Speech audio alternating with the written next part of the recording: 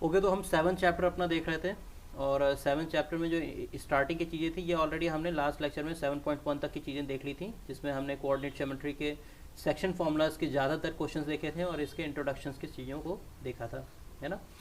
अब इस लेक्चर में हमारा 7.2 होगा। 7.2 में हमारे पास बेसिकली सेक्शन फार्मूला आएगा। सेक्शन फार्मूला में हम समझने की कोशिश करेंगे कि बाई फार्मूला कैसे इसे निकालते हैं, और पहले तो समझेंगे, जो मैं हमेशा ही कहता हूँ कि पहले तो आप इसके टॉपिक को समझा करो कि हमें निकालना क्या है, हमें इस टॉपिक में पढ़ना क्या है। देखो, सेक्शन फार्मूला के थ्रू हम क्या करते हैं, लेट से ये एक लाइन है, लाइन का डिस्टेंस आप निकालना जान जाओगे, ए और बी का अगर कोऑर्डिनेट आपको पता है, ठीक है ना।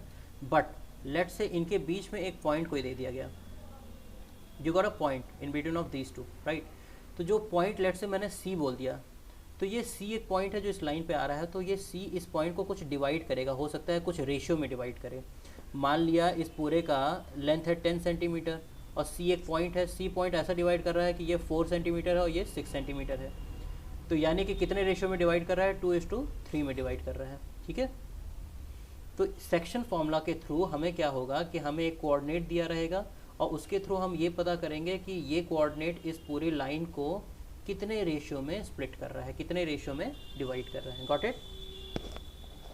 हाँ, तो ये चीज़ें हमें मिला करेंगी हर बारी, है ना। सो स्टार्ट करते हैं। अभी बड़ा इजी सा होगा, we will get a formula again, and उस फॉर्मूले पे हमें सारी चीज़ें करनी होगी, है ना। सो देखो, मैं आपको थोड़ा सा इसका ओवरव्यू बता देता हूँ कि कहाँ से ये सारी चीज़ें आई।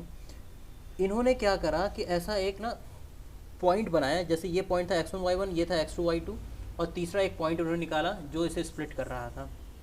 अब इन्होंने नाम m1 और m2 दे दिया। ये m1 m2 वो रेशियो है जिस रेशियो में स्प्लिटिंग्स हो रही हैं, मैंने बताया ना, जिस रेशियो में, जैसे हमने उसमें अभी 2:3 निकाला था, तो इसे हमने m1 कह दिया, इसे हमने m2 कह दिया, तो इस रेशियो में स्प्लिटिंग्स हो रही हैं।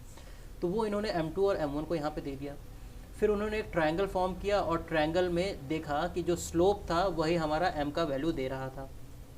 तो स्लोप के थ्रू उन्होंने देख लिया कि कितने रेशियो में ये चीज़ें डिवाइड कर रही थी। तो एक्चुअली उन्होंने एग्जैक्टली करा क्या कि लेट से इन्होंने ये पॉइंट है, ये पॉइंट है और ये पॉइंट है ना, ए मान लिया, ये बी मान लिया, ये सी मान लिया।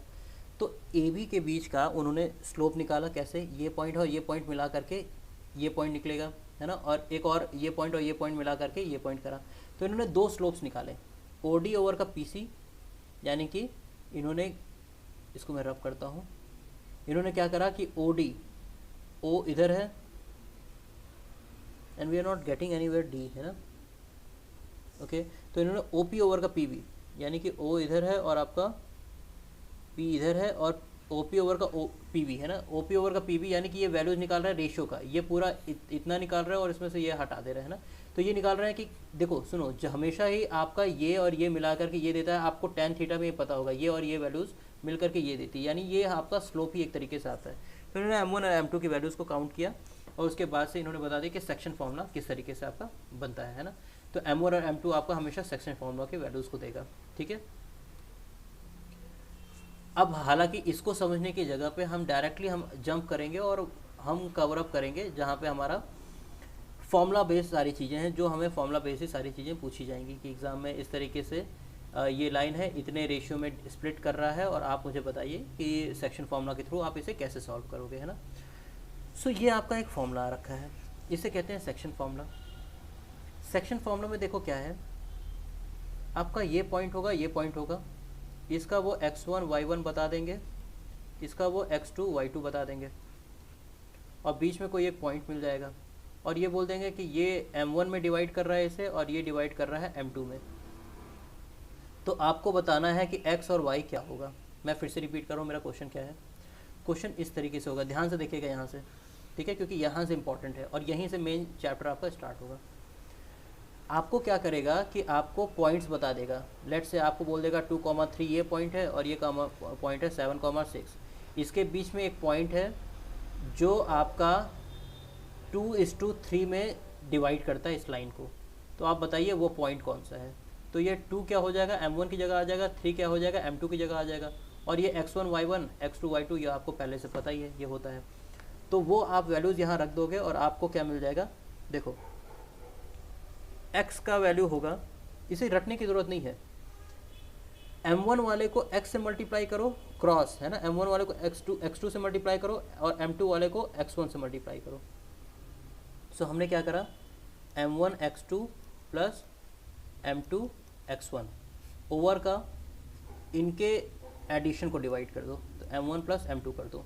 सेम तरीके से y में करो, y में क्या करोगे, m1 वाले को y2 से मल्टीप्लाई करो, m2 वाले को y1 से और डिवाइड कर दो m1 m2, तो m1 y2 plus m2 y1 और डिवाइड कर दो इसे m1 प्लस m2 से।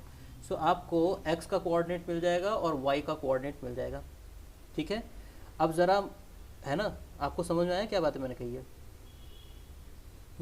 तो इस तरीके से आपको कोऑर्डिनेट्स मिल जाया करेंगे कि किसके क्या कोऑर्डिनेट्स हुआ करेंगे। ठीक है ना। अब पहले मैंने अगर ये पॉइंट बताया है तो आप मुझे एक इस पर क्वेश्चन भी करके, है ना, ये आपको फॉर्मूला याद हो गया, आप इसको रिवाइज भी करना, और इस पे ही अभी हम कई सारे क्वेश्चंस करेंगे तो हमें ये चीज़ें याद भी हो जाएंगी साथ ही साथ, है ना। तो मैं आपको स्पेशल कंडीशन बताऊं, इसकी जगह पे मैं चाहूँगा कि आप ज़रा मुझे ये क्वेश्चन करके दिखाइए। 6 क्वेश्चन है, 6 क्वेश्चन आप सॉल्व कीजिए और बताइए कि ये किस तरीके से सॉल्व होगा। और आप पूछ रहा है find the coordinate of the point which divides, तो वही पूछ रहा है जो मैंने अभी बताया है आपको।